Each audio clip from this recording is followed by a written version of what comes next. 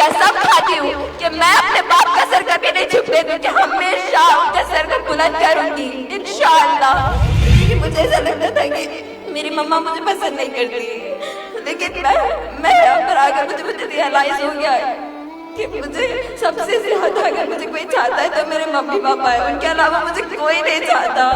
मुझे रियलाइज हो गया है मम्मी पापा कि मैं आप दोनों के बगैर नहीं रह सकती। I really love you sir. मुझे आपकी ब्लेसिंग्स चाहिए, मैं आपकी बहुत बड़ी फैन हूँ सर। जस्ट प्लीज सर आपकी ब्लेसिंग्स चाहिए एंड आई प्रॉमिस दैट कि मैं यहाँ से एमबीबीएस की सीट लेकर जाऊंगी और इंशाल्लाह मैं आईएएस ऑफिसर भी बनूंगी।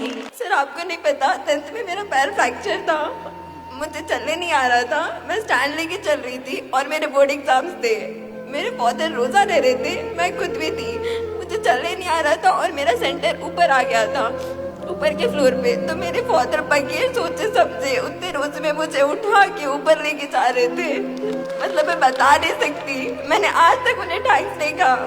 मैं आज सबके सामने उन्हें थैंक्स कहना चाहती हूँ। Thank you so much Abu.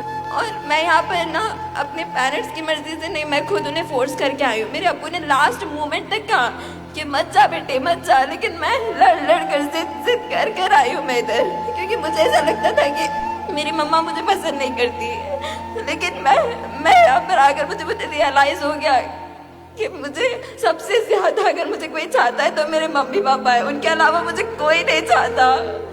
I'm very lucky to have a parents like you. Thank you so much.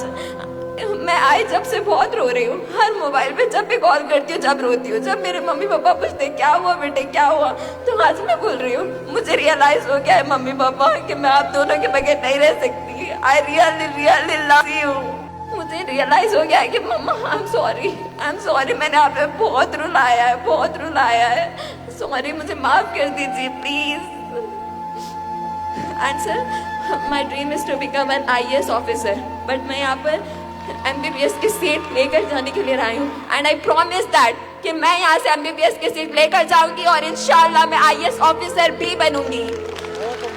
और मैं कसम खाती हूँ कि मैं अपने बाप का सर कभी नहीं झुकने दूंगी, हमेशा उनके सर को बुलंद करूंगी इंशाल्लाह।